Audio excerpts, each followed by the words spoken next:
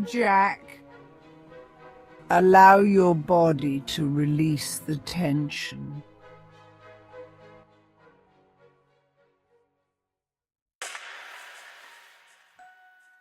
Trauma is stored in our bodies, Jack. Memories hidden beneath the surface.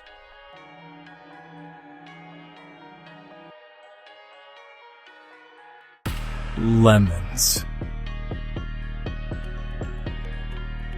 Lemons, Jack?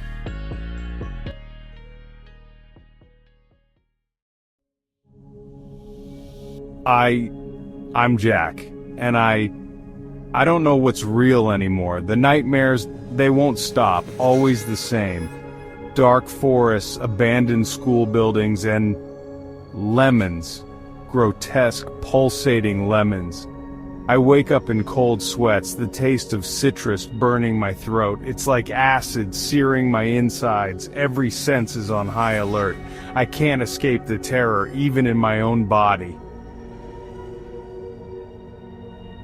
Mrs. Jenkins, I had a dream, or a voice. It told me to call the hospital. It was so vivid, so real. Which hospital, Jack? The one from 1976. I was admitted after a wilderness initiation hike. I think something happened to me there, something terrible. Oh no, oh dear God, this can't be happening. Not again. What do you know? You're reacting like you know something. Please, Mrs. Jenkins, I need answers. I used to teach at St. Peter's Boys' School, but that was a long time ago. But I didn't like it. No, that's a lie. I loved it. The fear, the control. St. Peter's was my playground, my kingdom of terror. Disrespect would not be tolerated. Poor performance would be punished. And oh, how I reveled in the punishment. You shouldn't have come here, Jack. But I'm glad you did. It's been so long since I've had a worthy student. You'll make a fine addition to my collection. I tried to move, to run, but my body wouldn't respond. Terror paralyzed me. It was as if her gaze had turned me to stone, trapping me in this nightmare. You'll never leave this place, Jack. Your fear will sustain me for eternity. Her hand shot out, grasping my arm, but it wasn't a hand anymore. It was something monstrous. Claws dug into my skin and I smelled lemons. Sharp, acidic, terrifying. The scent burned my nostrils and made my eyes water. With a surge of adrenaline, I broke free, stumbling towards the door. The room itself seemed to fight against me, warping and shifting with each step. I ran, my heart pounding, her laughter echoing behind me. It was a sound that would haunt my nightmares in the coming weeks.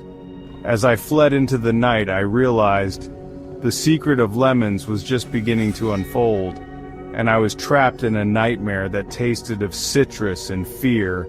Every step I took seemed to lead me deeper into madness. The city itself seemed alive, pulsing with a malevolent energy. Every turn revealed new horrors, each more impossible than the last. I couldn't tell if I was awake or still trapped in some twisted dream. Memories and hallucinations blurred together. The lemons, they were everywhere, in everything, growing, changing, consuming. What had happened to me on that hike? What dark secret was hiding behind the facade of citrus?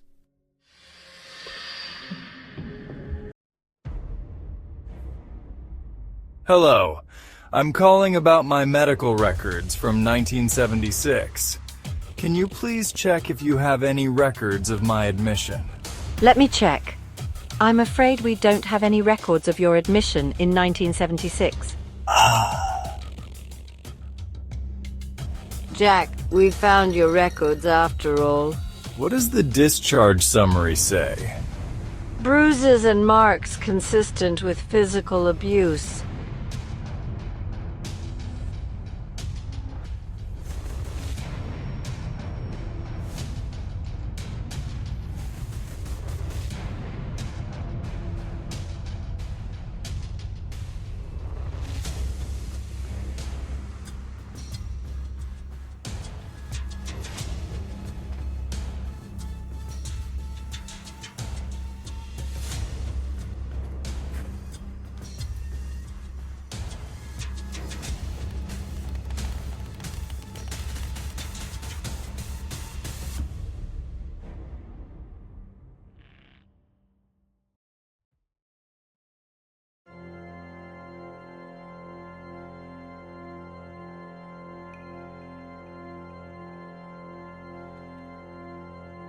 Linear marks across the buttocks, beaten with a stick to make him hike faster.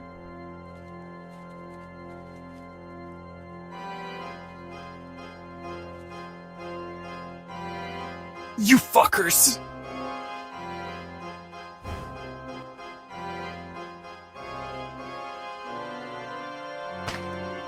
I'm coming for you assholes!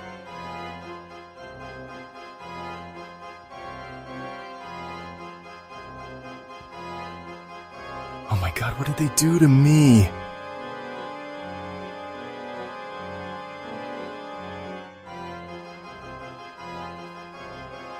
I gotta roll another joint.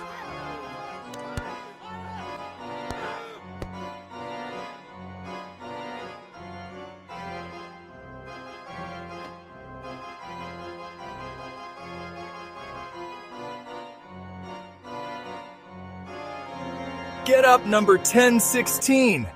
Lick my boots, pretty boy.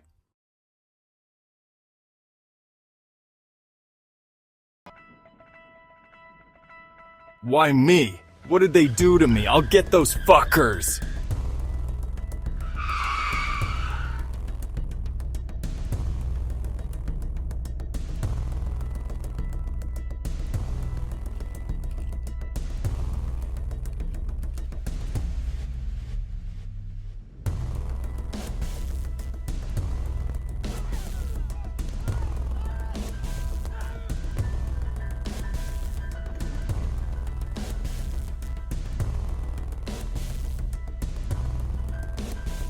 Jack! Oh dear Lord, what's happening to you? Jack, dear boy, let me help you. Mrs. Patterson, what are you doing here? I need to be alone. Jack, I know you, dear boy. I can help. I've spent decades counseling addicts and trauma survivors, and I'm a survivor myself.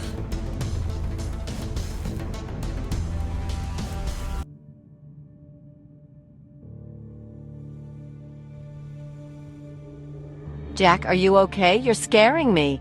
Memories. They're coming back. About sadistic abuse at St. Peter's School. You those motherfucking sadists! My husband's a priest, the Anglican Church. We know about the abuse, the cover-up.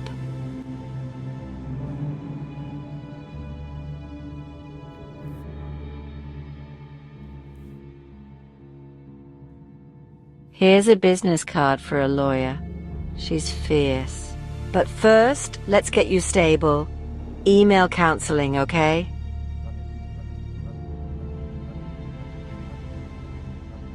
Thank you. And Jack, no more drugs, no more hedonism. That's not healing, that's hiding. Yo, we need another bag. Hit up that blow dealer. We need a re-up.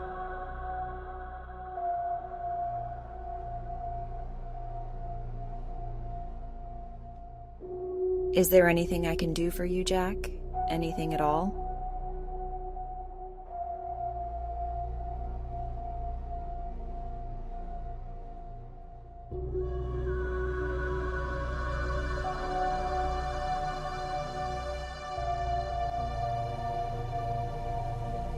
BDSM dating.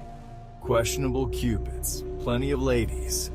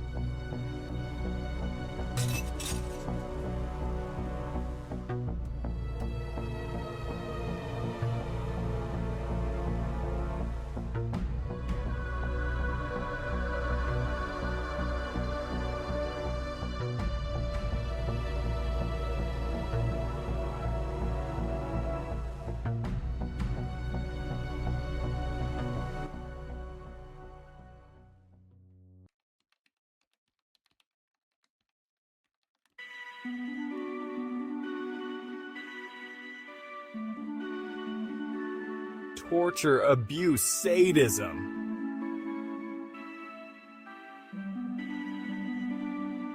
Mrs. Patterson, I'm not doing well at all.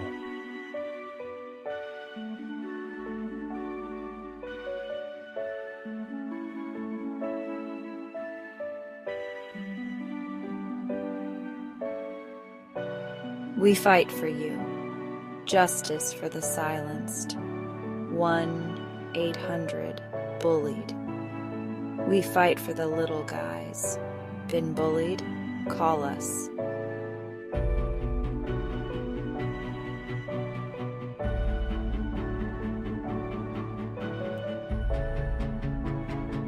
One 1-800-BULLIED.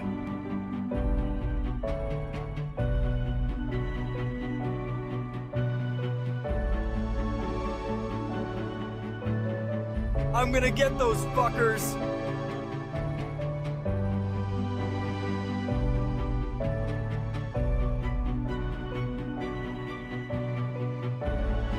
Rachel Kim's office? I need to speak with her.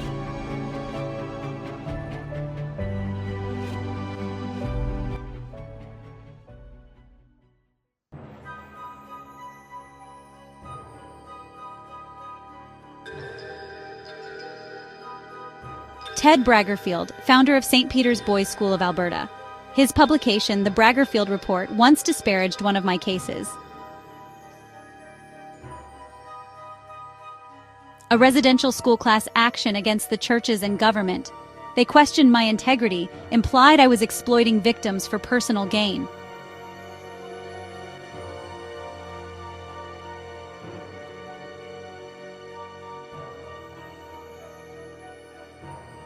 This dossier of past abuse cases, convictions, and negligence is a goldmine, Jack. Combined with your hospital discharge summary documenting your assault and the injuries, we have a strong case. Mass torts, maybe even a viable class action if we can locate other victims.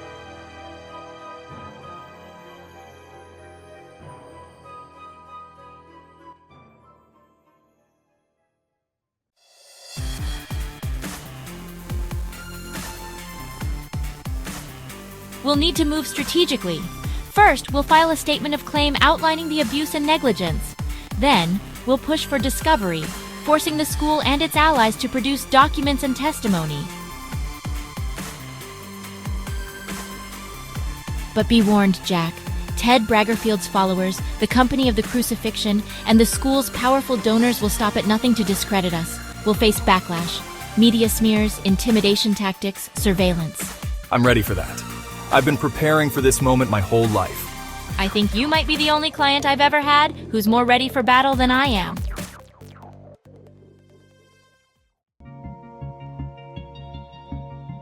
Multiple instances of physical abuse, emotional manipulation, and neglect.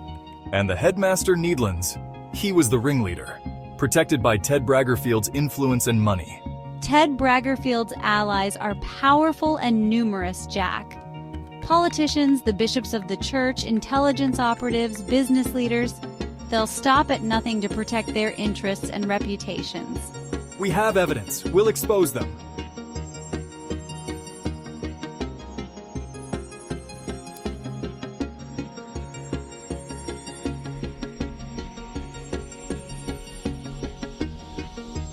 Jack, we're watching you. Drop the case. This is our one and only final warning.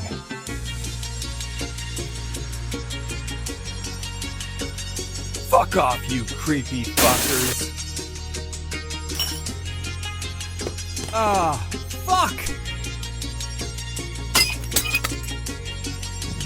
You fuckers, I'm still coming after you.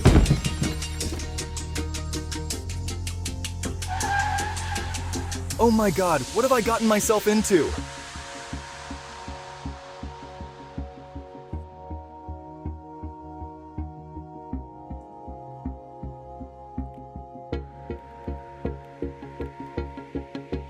This statement of claim against St. Peter's Boys' School, the Company of the Crucifixion and its church protectors, the government conspirators and media moguls is ready to electronic file.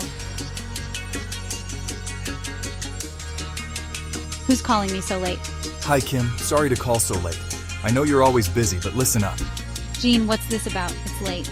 Your commission on that class action residential school settlement we litigated will be 30%. Let's pump the numbers. That would be 30% of 300 million. That's $90 million.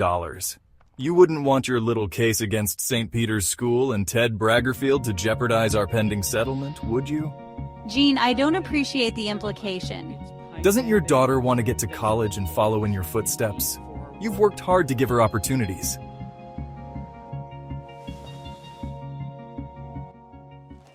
You fuckers.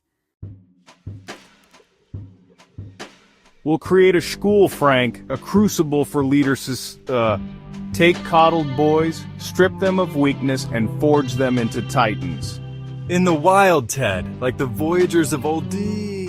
No mothers to coddle them, no softness to corrupt. Exactly. Empty their minds, reprogram them with our ideology, make them compliant, loyal only to us and our vision. Imagine it, Frank, our boys in key positions, government, business, intelligence, shaping policy, pulling strings, the old boys network reborn. And the Anglo Church, a perfect cover. A lay order, the company of the crucifixion blessed by the bishops. Who'd suspect a thing?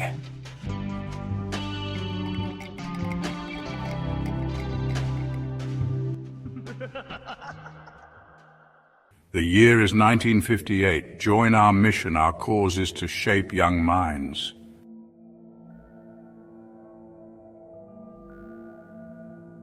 Our approach is unorthodox but proven. We require teachers willing to enforce discipline creatively.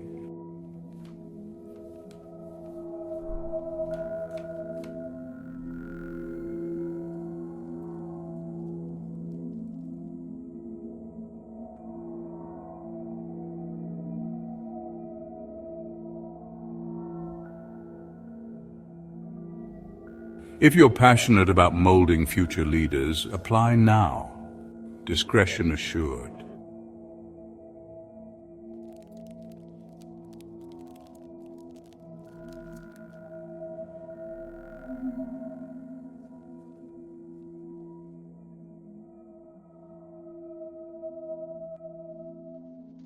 A fair compensation for an important mission.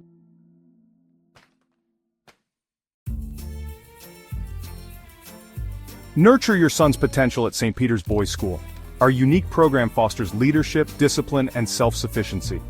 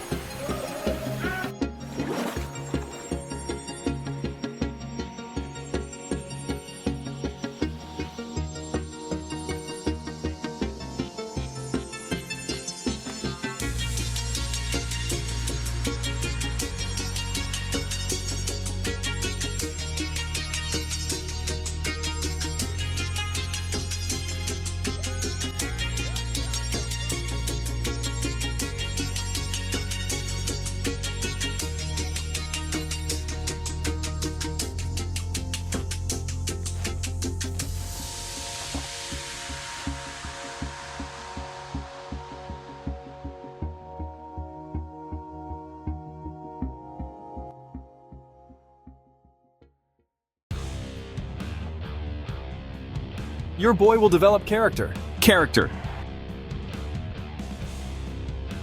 Discipline. Discipline. Leadership skills. Leadership. Respect your elders. Respect.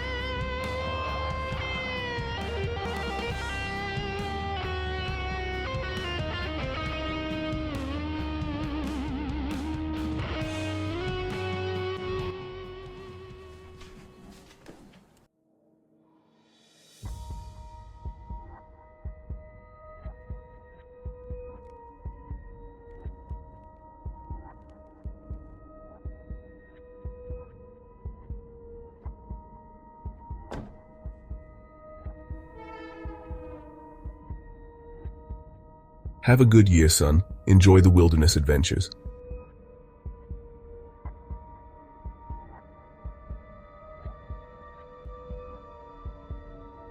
Welcome.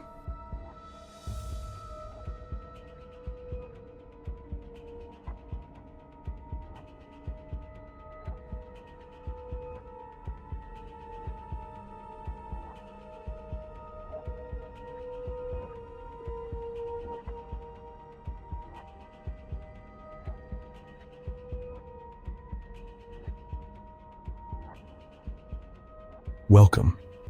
Welcome to your new home, where discipline is forged in the wilderness and darkness.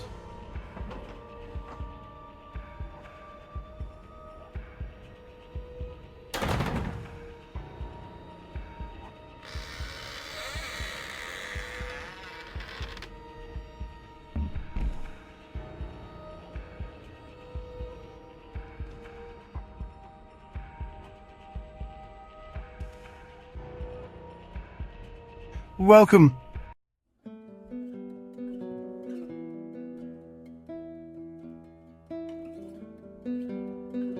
Attention! Bend over, maggots!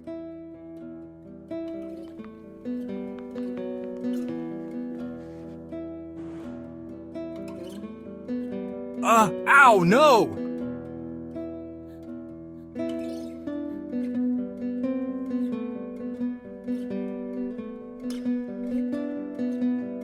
Your bed, boy. Poorly made. Bend over.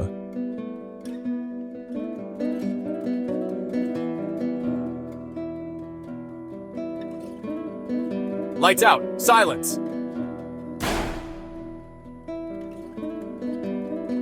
Who talked after lights out? Everyone's getting it.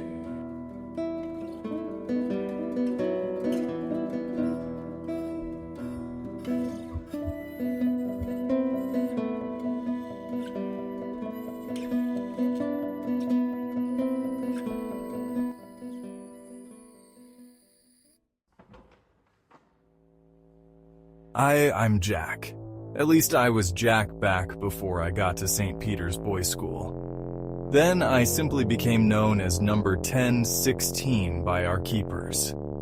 St. Peter's School was a place of shadows and whispers and the thunderous sounds of our masters' SWAT sticks.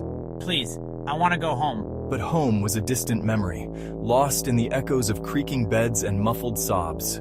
The darkness seemed to crawl across the walls, shadows of long wooden paddles. The shadows, they're moving wielding SWAT sticks. Beatings became a constant reality at St. Peter's Boys' School.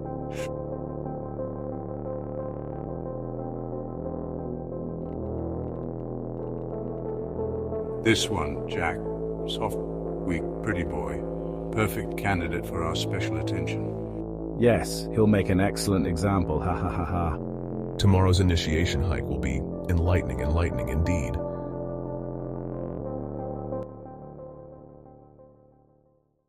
I didn't know it then, but those words would change everything. Well, what do they mean by special attention? The walls seemed to close in, the air thick with dread. I can't breathe. In that moment, I realized the true nature of St. Peter's Boys' School. Us boys were all pawns in the master sick games. A terrifying reality. March or die. I had to survive.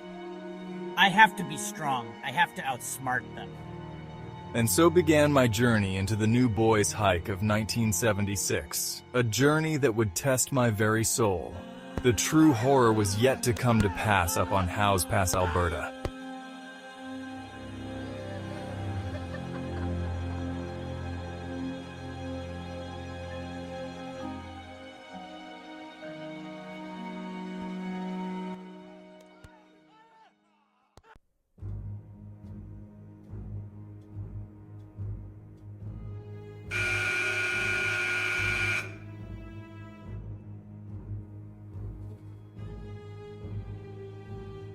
Get up! Get out of bed, maggots! Check every bed, no exceptions.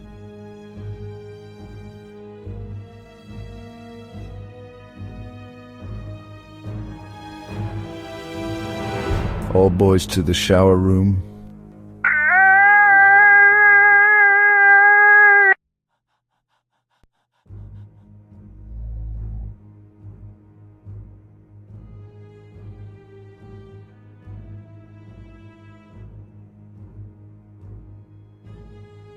Start the brain here, bro, with them. If first strike, now that down.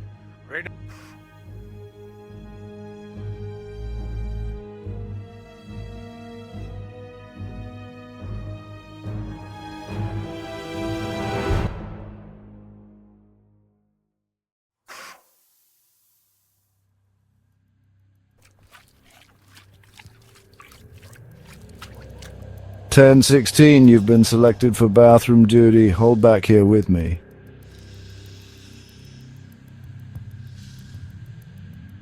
I'll instruct you in your duties. You'll learn to clean properly. Everything.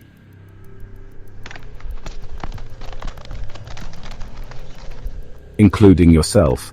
Your tuition includes soap, but discipline is extra.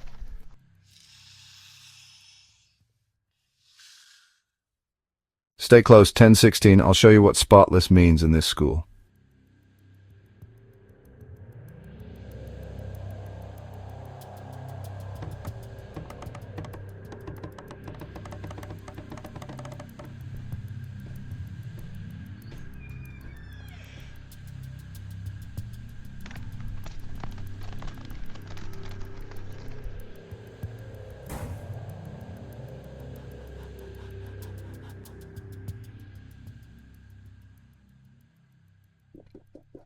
Okay, 10-16. Let's learn how to clean urinals.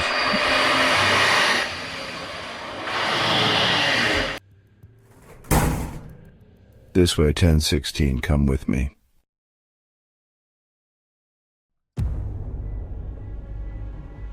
Let's get you some virtuous products to aid you in your divine task.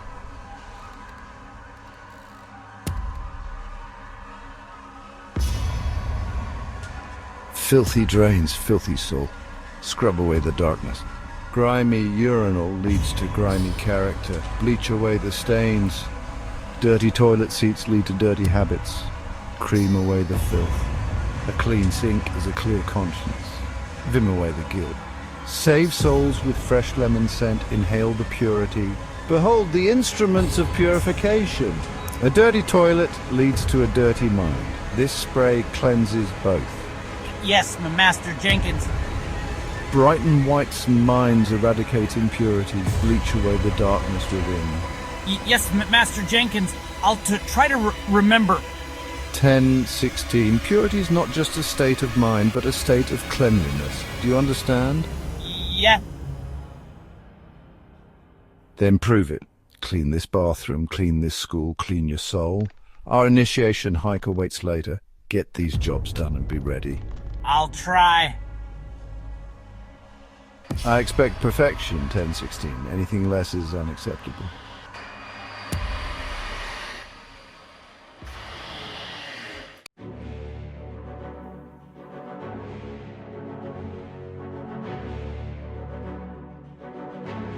Okay, 10-16, time for these important, divinely gifted tests of your purity in carrying out these tasks. 10-16, let's see how well you follow cleansing instructions. Take those apple slices, rub them on the urinals, every inch, every stain, make it shine like your future depends on it. Now eat them, savor the taste of obedience. Scrub harder, 10-16, remove every last trace of imperfection. Squeeze the lemon into the toilet bowl. Watch how the acid eats away at the grime, just like discipline eats away at weakness. Fill the cup with toilet water. Add a splash of lemon juice. Drink it down. 10-16. Hydrate your initiation with a taste of humility. 10-16. You've passed these divinely sanctioned tests. Now go get dressed and report to the dining hall with the others. Breakfast is waiting. Our initiation hike awaits afterwards. Be ready.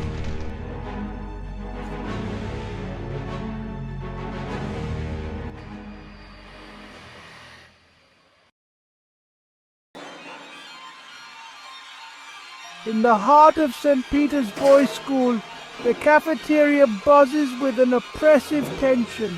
Eat and clean up those dishes. New boys eat fast. Authority looms large, casting a shadow over the young souls. That's not how you stack dishes. Bend over, you slobs. Fear grips the room as the SWAT stick becomes a symbol of control. The hierarchy is toxic, a breeding ground for fear and submission. The initiation hike of the new boys is about to begin.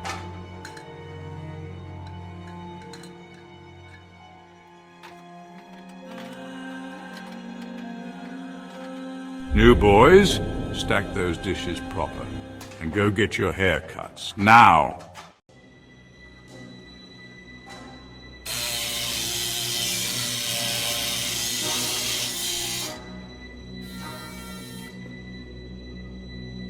Look, my hair's already short. My dad took me to our hometown barber for a St. Peter's style cut.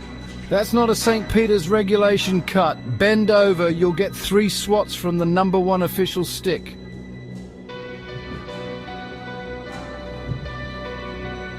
Ow! Please no!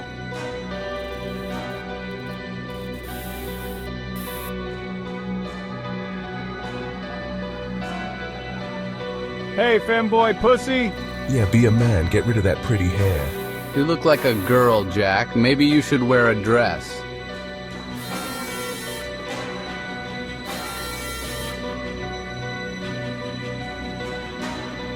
Hey, fatty four eyes, you've got boobs, Casey. Maybe you should wear a bra.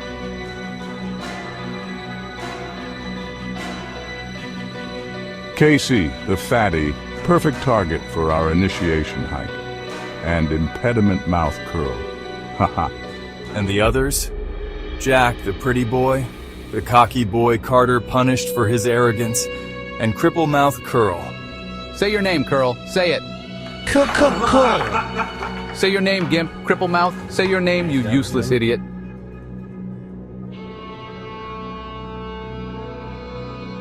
This year's initiation hike will be legendary. The scenarios are perfect. Wimps, bullies, and misfits. The wilderness will bring out their true nature. Indeed it will, Ted. Indeed it will. Ha ha ha. Okay, haircut's done. Now scramble to get your gear and meet outside the gym.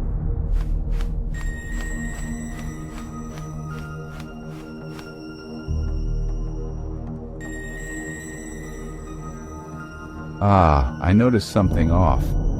Something odoriferous wafting in the air after you boys all showered. You filthy pig. Didn't your auntie teach you to soap up under those flaps on your flabby body? Disgusting. St. Peter's prides itself on boys coming out of showers clean. It brings us closer to God. You're going to need special attention.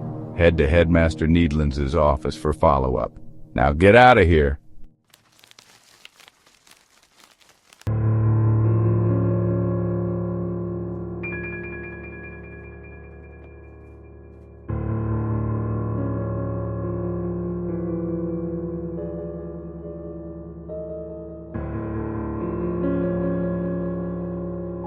"1069. Sit here by my desk."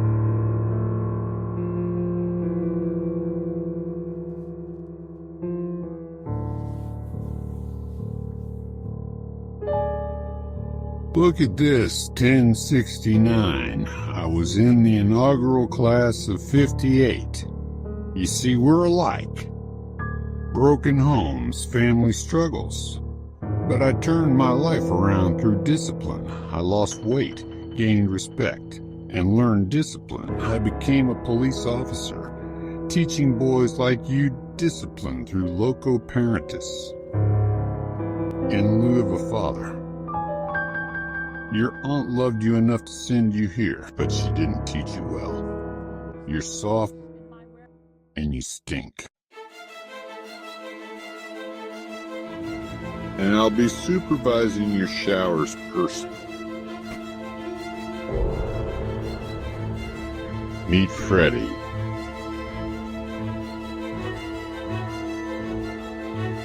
Receive the divine discipline. Freddy likes you. Receive the message of discipline. Anything, sir? I promise I'll change. Good boy, 1069. I'll be watching your progress closely. Change is indeed coming for you. Let's seal our commitment with a special ritual I was taught. Come over to this side of the desk. Get on your knees.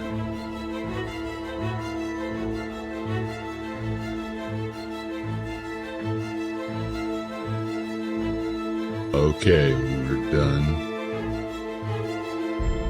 Casey, go get your gear and head to the lineup for the initiation hike.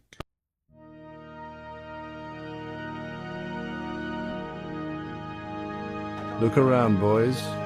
Odds are one or two of you won't be here next year. Some may die on the trail, drown in a canoe, freeze in a snowstorm, or attempt to escape.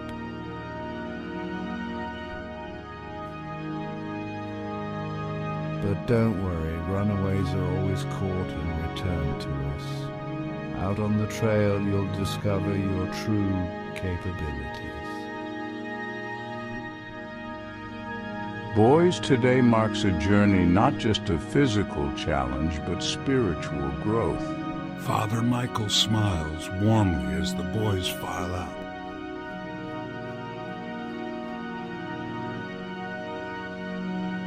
The company of the Crucifix's vows are up for renewal before the bishop soon. I assume you're aware? Yes, Father. We'll ensure everything proceeds smoothly. And, of course, I'll need to choose 2 new chapel assistants from this year's grade 8 class. Have you given any thought to your selections, Father?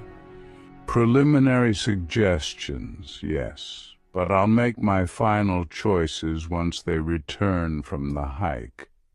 Observe how they persevere.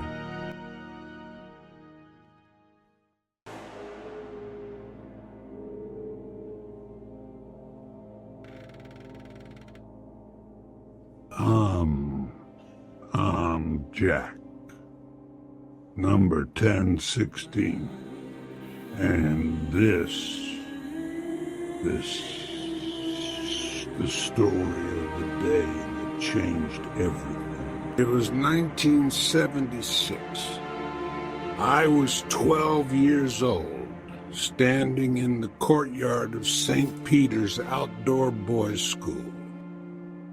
The air was thick with sleet and fear. We were lining up for what they called the initiation hike. Taller boys, heavier bags. Shorter boys, lighter loads.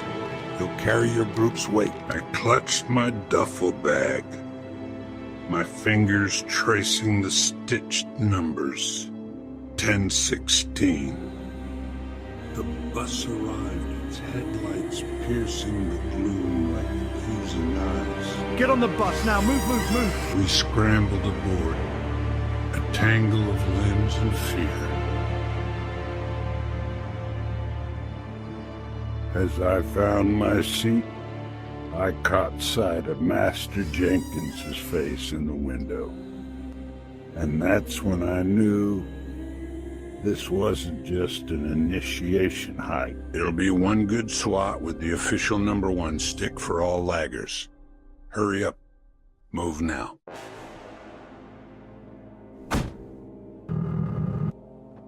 The bus door closed with a hiss of finality as we pulled away.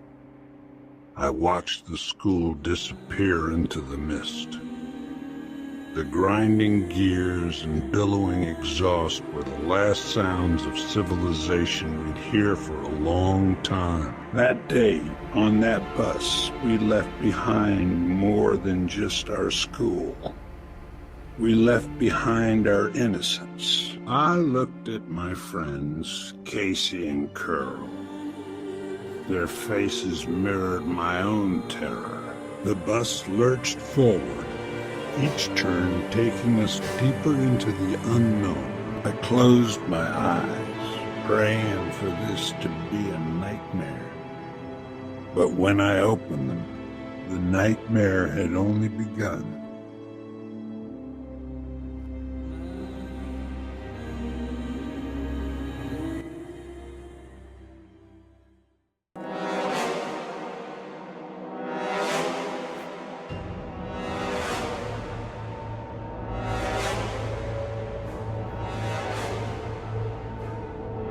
Now get some shut-eye. You'll need energy for the trails. And no talking. Who was that talking? Come to the front of the bus, 1095, Cocky Boy Carter. Get me an instrument of punishment, a thick tree branch. Fuck you, master! Bend over, 1095, 5 swats, count them.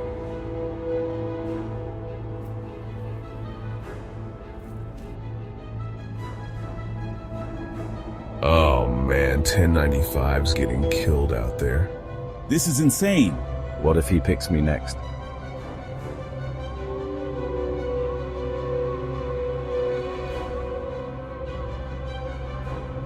Drop and give me 20 push-ups now. Learn respect, discipline, and what do you say when given an order, boy? Yes, sir. You're a cocky boy, but I'll beat that attitude out of you.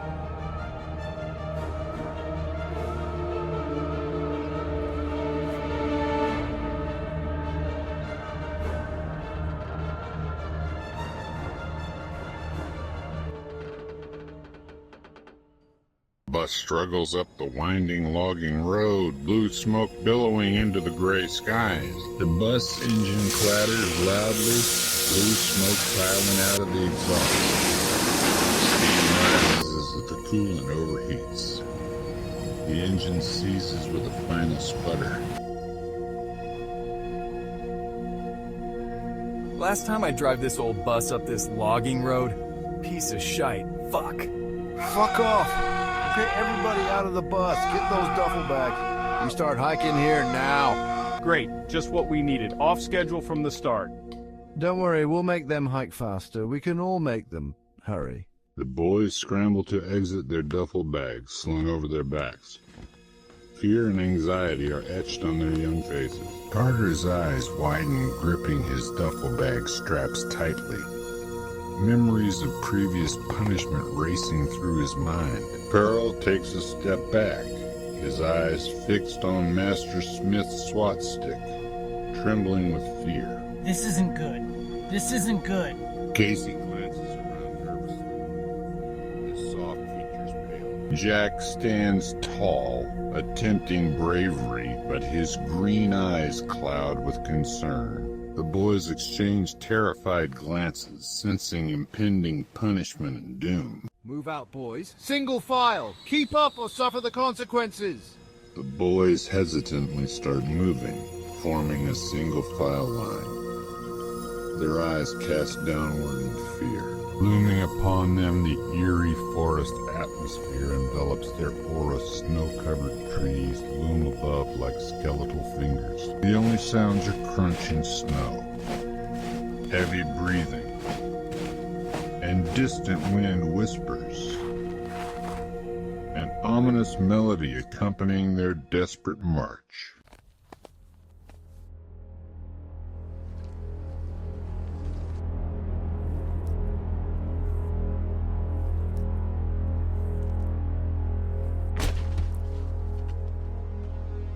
It'll be good for him.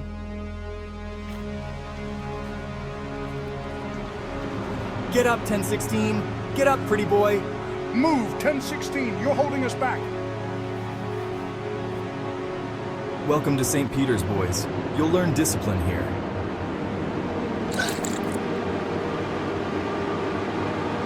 You got that puke on my boot, pretty boy? That's not so pretty. Lick my boot clean.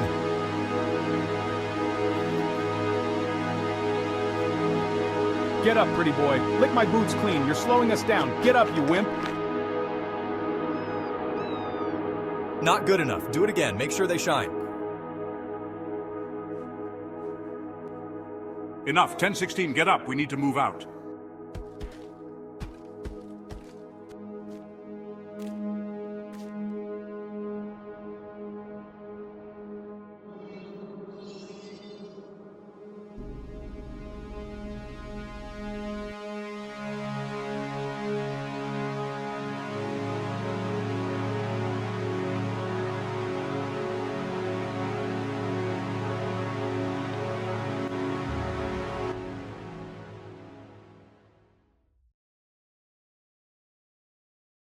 As I licked the vomit from Master Smith's boot, something inside me shattered.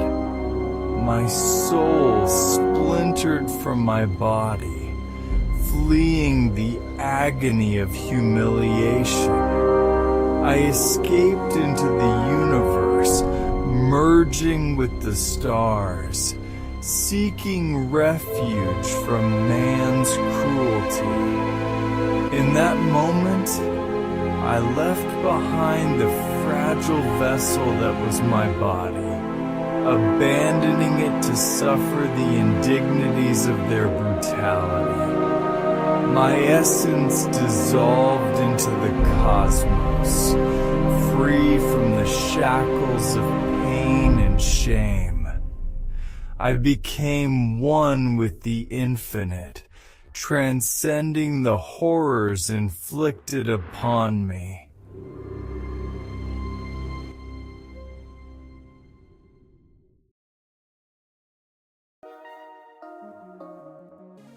My brief escape to infinity ended.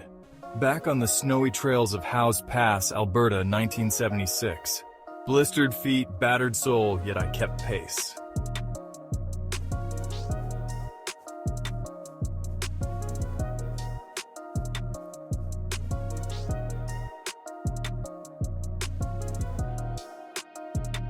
Look at Casey. He walks like he's lost his footing as a guy.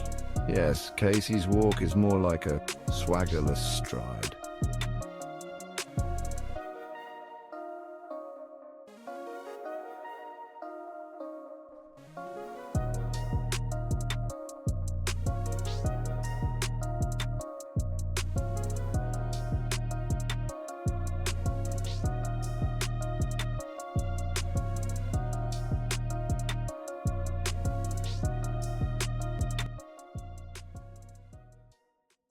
Casey's walk represents lack of discipline, masculinity. We must correct softness.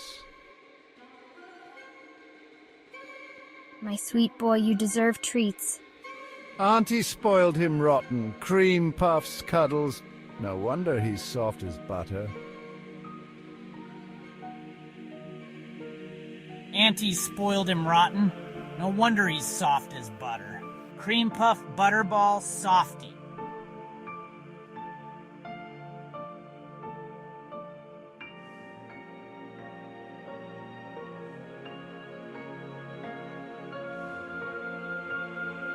Curl, what's wrong with you? Butterball doesn't need your pity. Enough. Dusk falls, double pace. Discipline, boys. Hike faster.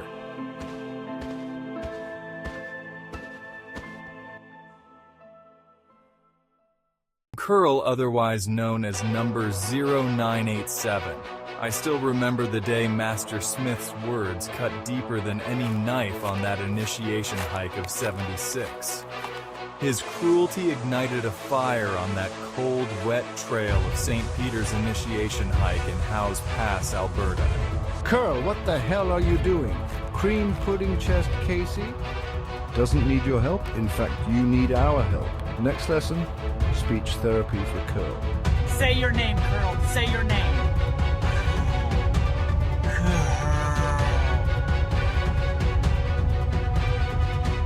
Oh, cool. Curl, that's adorable. We'll work on that. Repeat after me. Curl. Say it clearly. Say it loudly. Punch out weakness, son. Good right hook, son. Ah, that'll firm up your marble mouth, kid. Me next. Me next. I want to help Curl with his speech therapy. Ha ha! Time's up, Wimps. 5 more miles to break camp before dark. Move out now! Keep up or it will be the instrument of discipline for any laggers. Hike, Wimps, hike. Learned your lessons today, didn't you? Toe the line, here and in life. Some of my clients have found success in making their sons stronger at St. Peter's. Perhaps a school like this could help make Curl more confident? Thank you for the suggestion. Maybe this is the solution.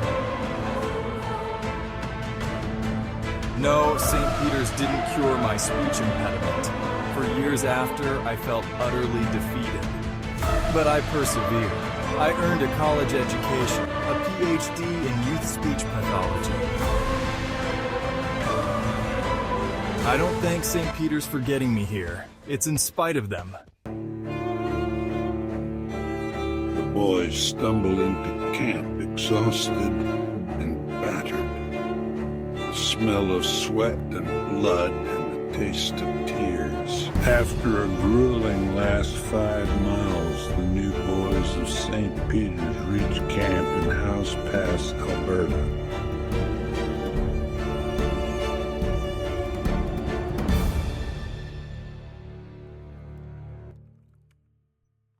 Curl's face swollen and bloody.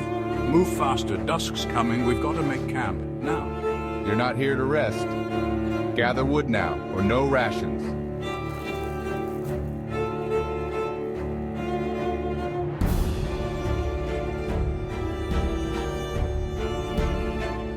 Gather firewood now, or you'll be getting the wood elsewhere. I can't do this anymore. We have to, or they'll punish us.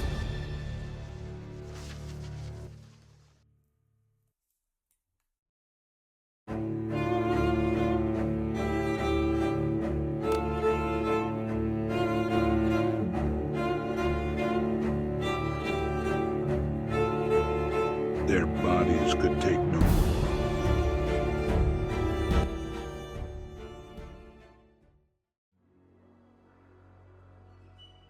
You think this is hard? It's another 75 miles till we reach the canoes.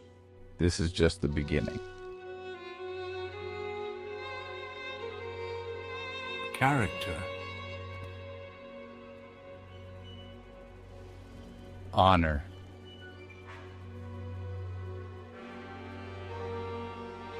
Discipline.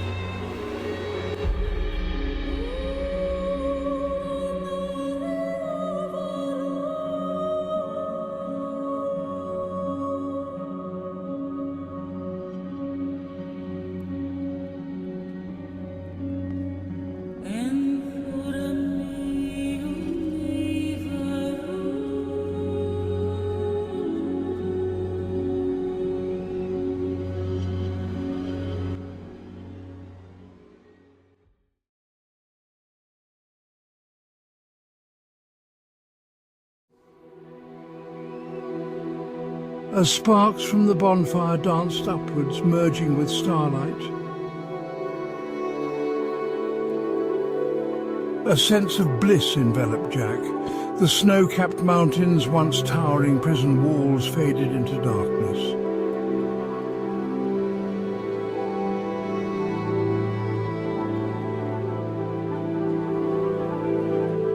Stars twinkled like diamonds scattered across velvet blackness. The universe beckoned, a womb of light and harmony pulling him upwards, a soul ascending, free from earthly chains.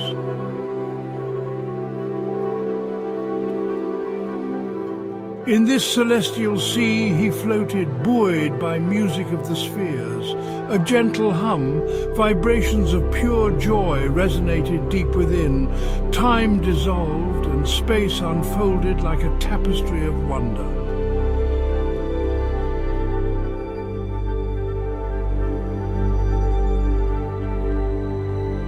He rose higher, the bonfire dwindling to a tiny dot, a fleeting memory of mortal pain. The world below, its cruelty, its beauty, grew distant, insignificant. Only the universe remained, embracing him in infinite love.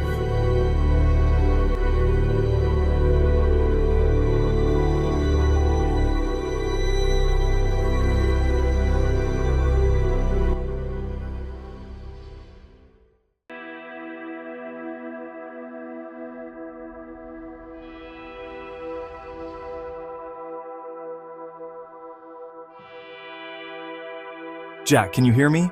We're going to get you fixed up. Those masters at St. Peter's, they had no right. Water! That's it, Jack. Drink slowly. Incompetence, abuse, criminal negligence. Yes, officer. I need to report a case of severe child abuse. St. Peter's Boys' School initiation trip. Yes, I have evidence. Hello? Dr. Pratt, we've been watching.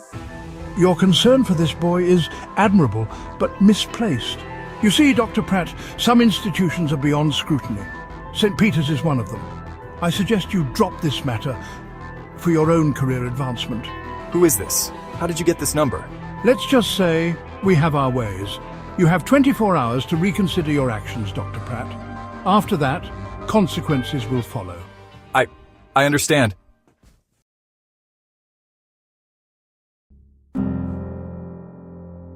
The year is 2001. Jack's home office, British Columbia.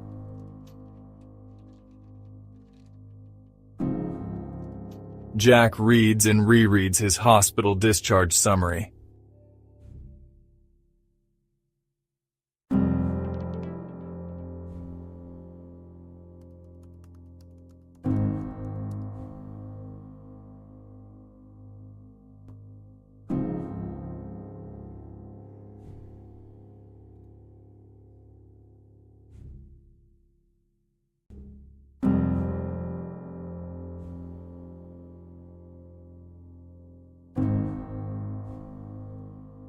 Dear Jack, I've been following your story and your legal case, and I want you to know that I believe you.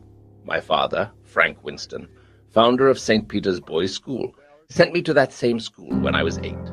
I endured similar horrors. Your courage in facing your demons and pursuing justice inspires me. Please don't give up. I want to share with you a story I wrote called The Secret of Lemons. Here's the encrypted key for you to download it. I hope it gives you solace and strength. Sincerely, Rick Winston.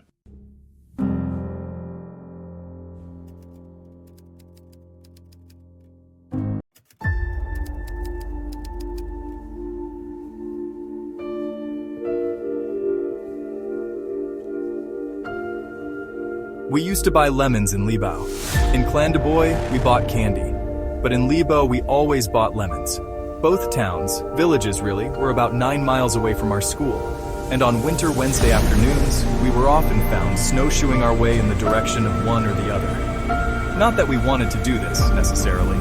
Although in later years, when my hatred of the suffocating, mind-numbing, stultifying routine of classes taught by idiots and dogma-mongers, dare I call them dog-mongers, made even a 32-mile snowshoe hike at 20 below Fahrenheit seem like a glorious release. At the time of the lemons, it was a compulsory and hateful part of our curriculum. March or die. Maybe a bit too strong, but for many it was a little taste of death, though not necessarily the physical kind. I didn't know it at the time of the lemons, but I became personally acquainted with some of those ways over the ensuing years.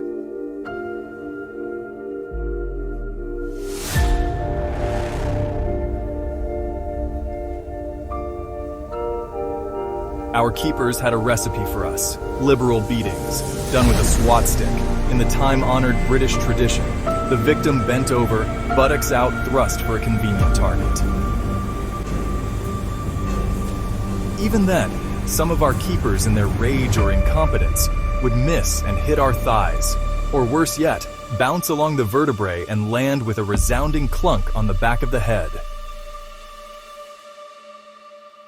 When we were young, the dogma fed us is that we were lost, evil and wretched, willfully sinning at every turn. The beatings were to save us, help us find a proper path. And so I accepted the ones for being bad. I've even forgotten most of them.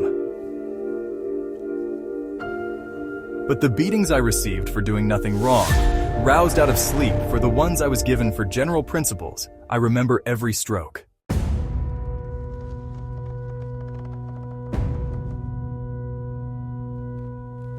I think it was Dave Barkman who discovered the secret of the lemons. The whole idea of these Wednesday snowshoe runs was to toughen us up, young men who were destined to rule the world. We would be forced to face challenges provided, very economically, by Mother Nature herself. We would discover that our limits were really greater than we had ever imagined, even though this would probably mean having to face complete exhaustion, ridicule for the less athletic, absolute horror for those more than just a little overweight, and even the potential of completely breaking some young lad's spirit. These risks were worth the taking, according to our keepers. That breaking the spirit of a child may be the only unforgivable sin crosses not often the minds of dogmongers, although I suspect it may haunt their dreams.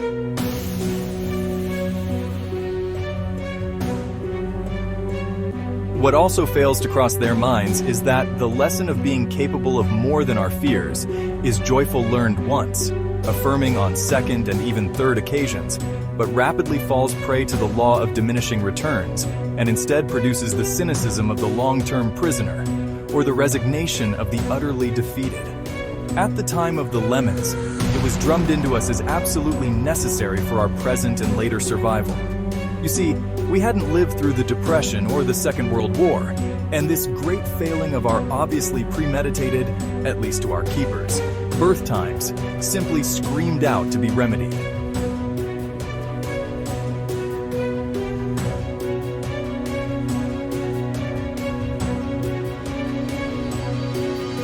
I know of too many lads that froze their penises. At the time, as foolish young boys, this was cause for amusement.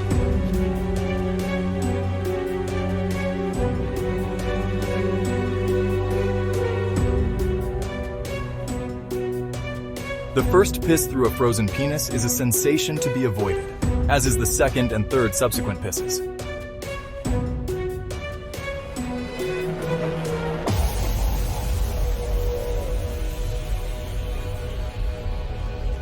In the Manitoba winter night sky, Sirius rising just after dark, with its flashing blue, red, and green like some insane disco ball a million light years away.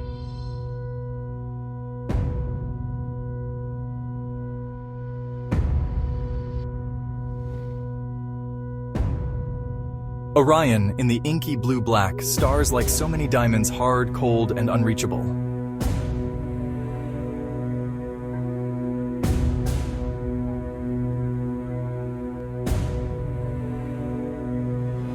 The nuclear furnaces science tells us these stars have a roar, I've heard, lying in the snow waiting for the ice demons to silence the pounding of my blood and bear my soul away.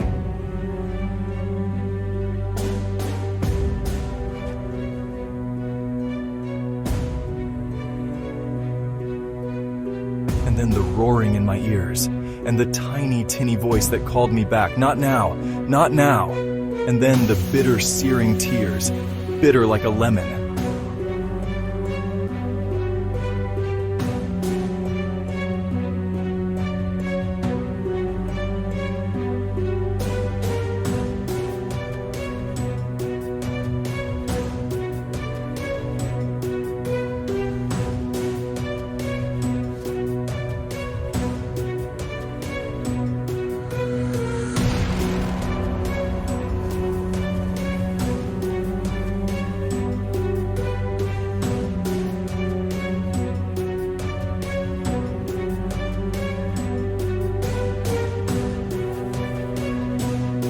Years ago, before the advent of super materials and technologies, it was very difficult to carry drinking water comfortably at temperatures 30 and 40 degrees below freezing. Even with those inventions, I suspect it would still be hard. No one likes to carry something that sloshes and changes position with every step. Ask any woman who's supported a drunken husband any length of time. But I digress. And there is a peculiar gait you must generate on snowshoes that exaggerates all of this.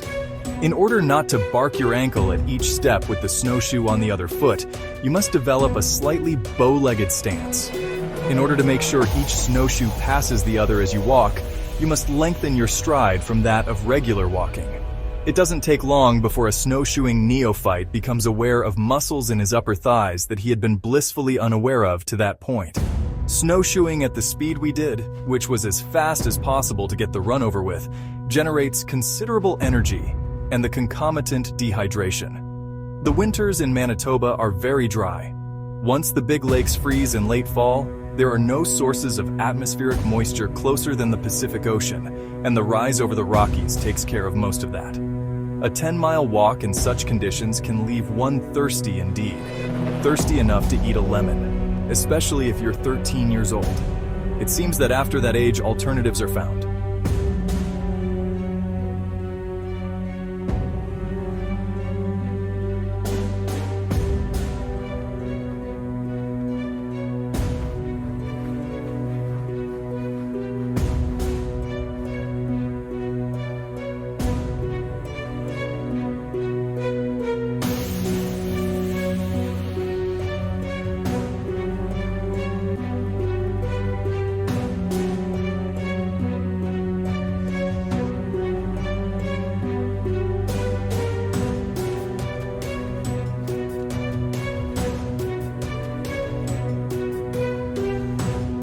Alternatives. Perspective. This is really about perspective. Surely you would expect that from someone who has already confessed to eating lemons. You might even expect a somewhat radical perspective. Have you ever walked over frozen prairie fields in the middle of a howling blizzard? Have you ever watched from the warm safety of a comfortable home the wind swirl the armies of the snow through a city's streets? Or past a farmstead? Or a copse of stunted trees? Have you stood in awe as the changing gusts twist towers out of the fish school snowflakes, and the towers turn to ocean breakers, their crests overhanging and unsupportable? Have you ever heard the hiss and watched the slither of ground-hugging snakes of snow, the wind rising and the loose crystals breaking free of gravity and begin their shaping and polishing of the drifts? The snow is alive. The storms are alive. The wind is alive. When you are walking into the teeth of a winter wind, be it light or a living gale, you cannot eat a lemon. Take it from me. Do not even try. The pain your teeth will experience will turn you off the eating of lemons forever. And a great loss that would be. The only time to eat a lemon is when there is no wind at your back. The difference in wind direction also causes a significant change in perspective. When you have to walk into the wind in winter for any length of time, it is immediately and very noticeably uncomfortable.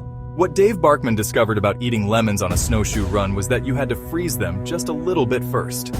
If you were talking about cooking, it would be the equivalent opposite of searing meat. The outside had to be frozen, and the first quarter-inch of the lemon flesh itself chilled. The store in Liba where we bought the lemons was one of those old country general stores, and the lemons were not artificially cooled. They were always fresh, at least that winter, and plump and ripe. That's why we didn't buy them in Clandeboye. There, the lemons were old and shriveled and wizened, and the peels had grown thin the way they do on old lemons. It just wasn't the same, so we bought candy instead. I could be grateful to an institution that systematically robbed me of my childhood, told me again and again I wasn't good enough, and sentenced me to a lifetime of alcoholism, depression, and addiction. The resulting madness in my later years proved very cathartic. Had I not learned to walk on blistered, bleeding feet, I doubt I could have ever climbed the slippery walls of my later personal hell.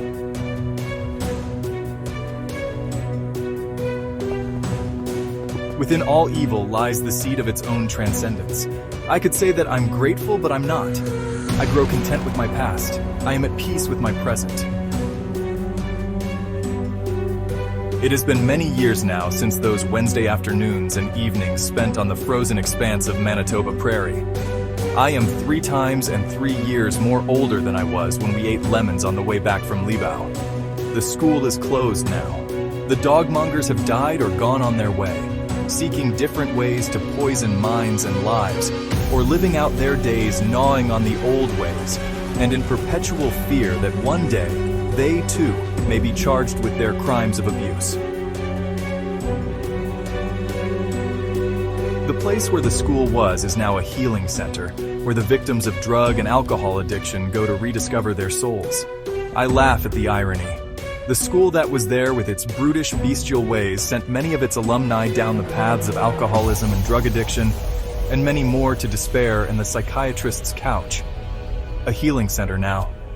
How fitting, how perfectly appropriate. To everything there is a season, and a time to every purpose under heaven.